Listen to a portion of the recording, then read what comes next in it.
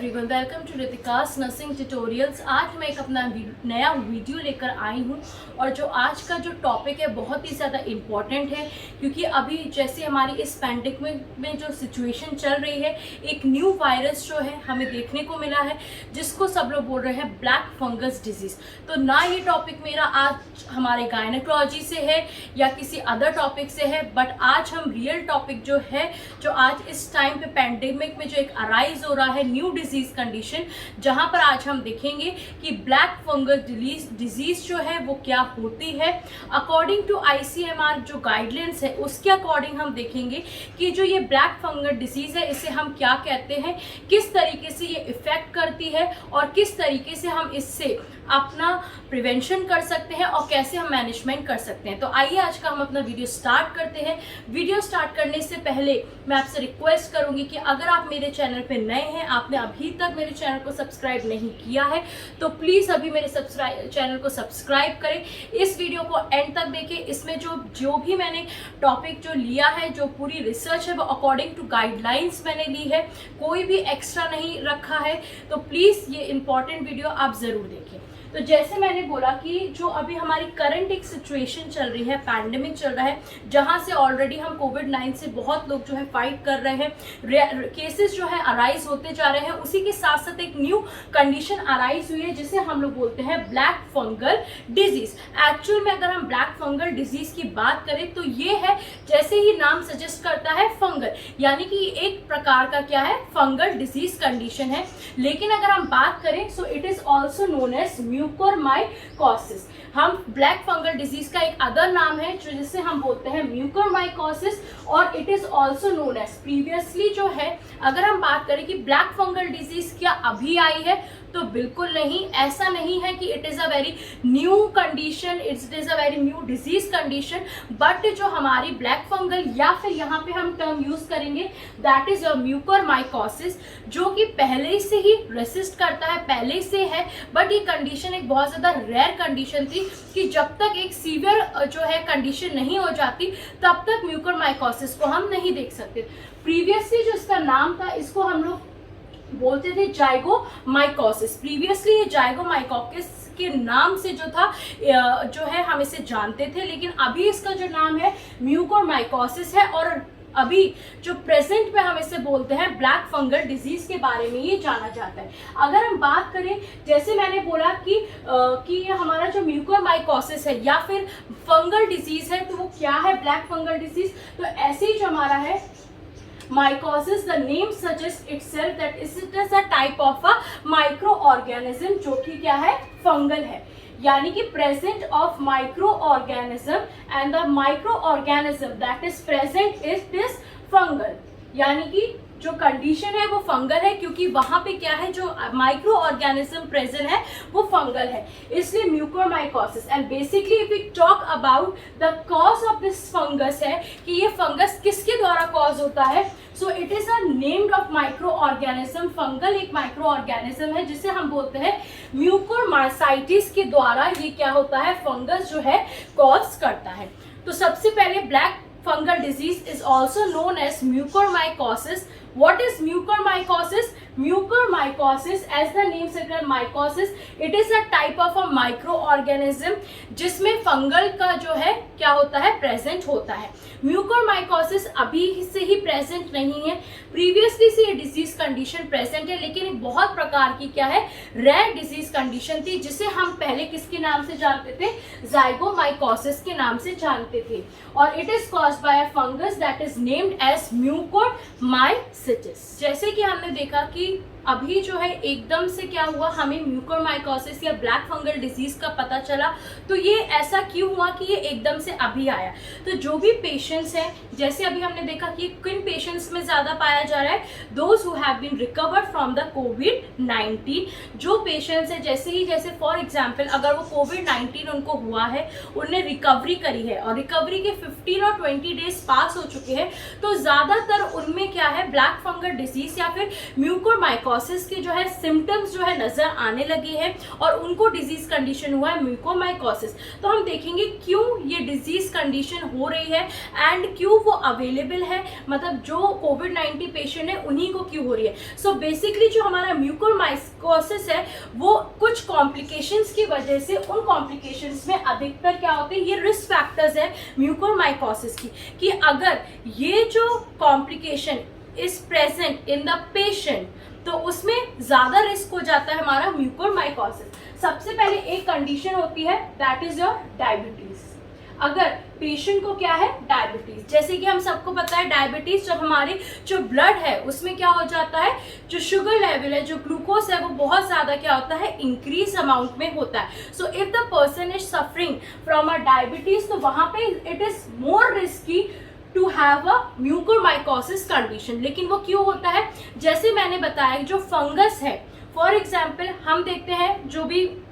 हमारा ब्रेड है, तो अगर हम दो ब्रेड को सेपरेटली लेते हैं, एक ब्रेड को हमने खुला छोड़ के रखा है और एक को हमने जो है पॉलिथीन में अच्छे से रैप करके रखा है, अगर फ्यू डेज बाद हम देखेंगे जो अनप्रोटेक्टेड ब्रेड है उसमें क्या होगा, फंगस का क्या होगा, जो ग्रोथ है वो स्टार्ट हो जाएगी in comparison to the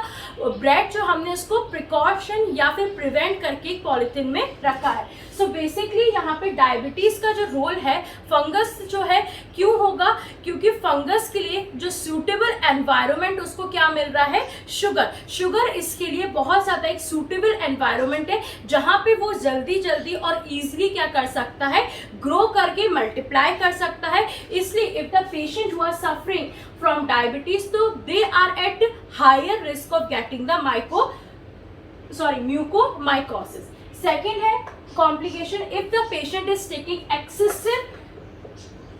of corticosteroids, excessive corticosteroids।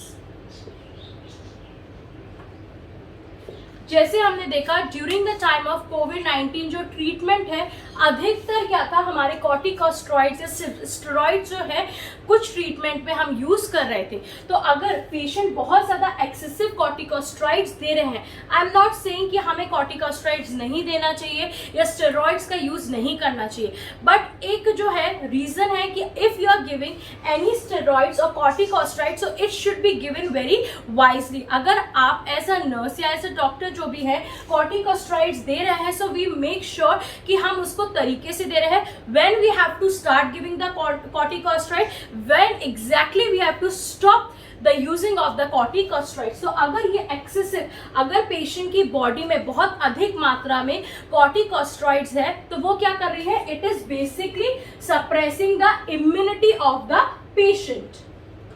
Suppressing the immunity of the patient।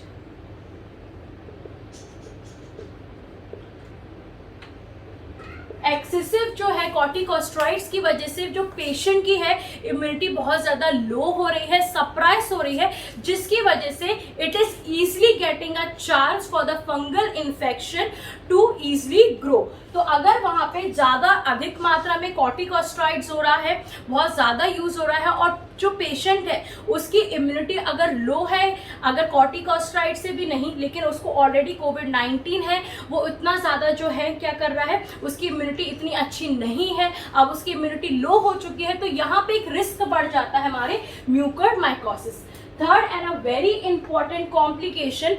इस जो है हमारा humidifier, oxygen mask and humidifier.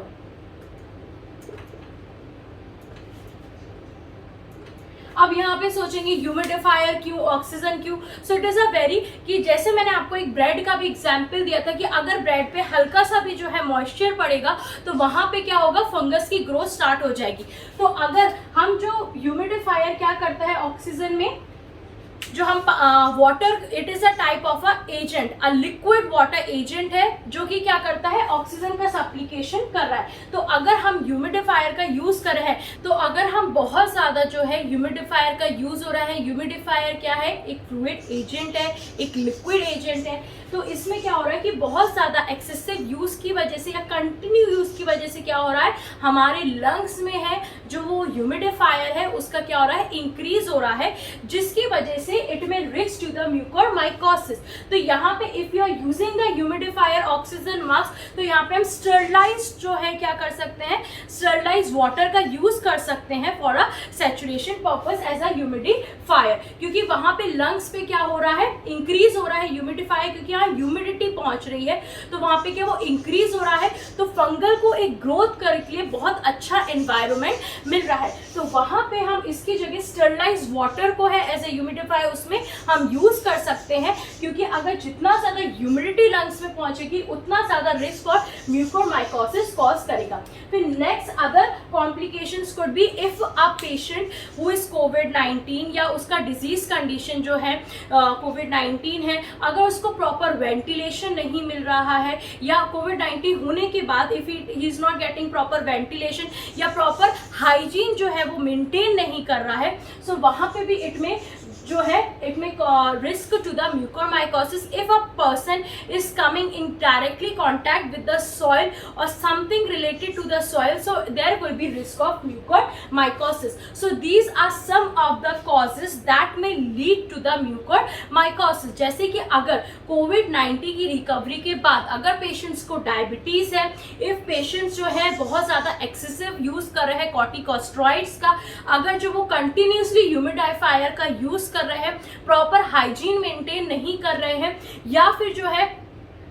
Excessive corticosteroid है, उनकी इम्यूनिटी बहुत ज़्यादा सप्रेस हो चुकी है ड्यू टू डिजीज कंडीशन और ड्यू टू द ड्रग जो भी वो ले रहे हैं during the time of the treatment, और उनकी इम्यूनिटी लो हो चुकी, तो इन वजह से क्या होता है, हमारा म्यूकोरमाइकोसिस की जो चांसेस हैं, वो रिस्क है, वो ज़्यादा बढ़ जाते हैं। अब हम बात करते हैं इसमें जो म्यूकोरमाइकोसिस है कि ये कैसे इफेक्ट करता है and what are the sign and symptoms. और एक इम्पॉर्टेंट नोट यहाँ पे मैं देना चाहूँगी, अकॉर्डिंग टू ICMR गाइडलाइंस जो है, इट इज नॉट श्योर कि ईच एंड एवरी कोविड-19 पेशेंट हु इज रिकवर्ड और हु इज सफरिंग फ्रॉम कोविड-19 पेशेंट जो है कोविड-19 से सफर कर रहे हैं कि उनको कंफर्म जो है म्यूकोरमाइकोसिस या फिर ब्लैक फंगल डिजीज हो। It is not confirm, it depends as a सो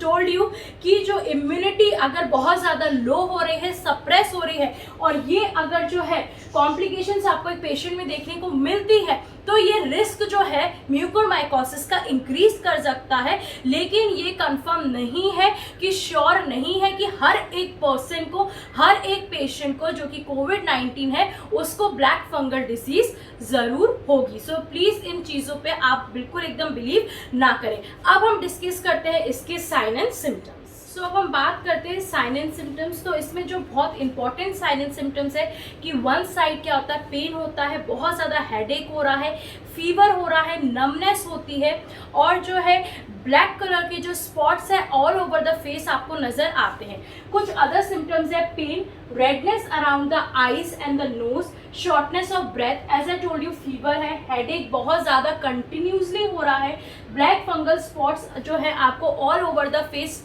दिखना स्टार्ट हो गए हैं, और इसी के साथ साथ सबसे इंपॉर्टेंट है कि ब्लड विजन, यानी कि जो पेशेंट है उसको क्या है, धुंधला नजर आ रहा है। और इम्पॉर्टेंट सबसे ज़्यादा इसमें है कि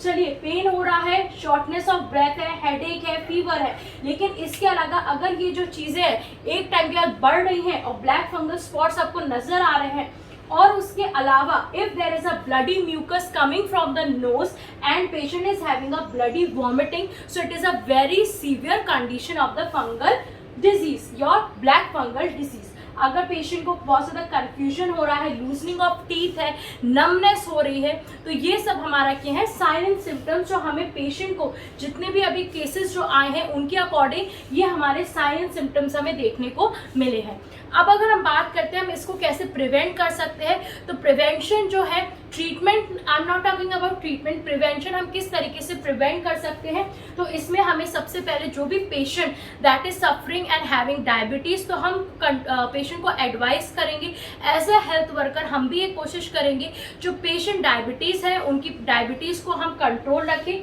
कम से कम जो है स्टेरॉइड्स का हम यूज़ करें, स्टेरॉइड यूज़ करें बट वाइजली हम उसको यूज़ करें। उसके बाद we'll increase the hydration in the patient, उसको उसकी बॉडी को हाइड्रेट रखेंगे। अगर हम ह्यूमिडिफायर जो हम यूज़ कर रहे हैं तो स्टरलाइज वाटर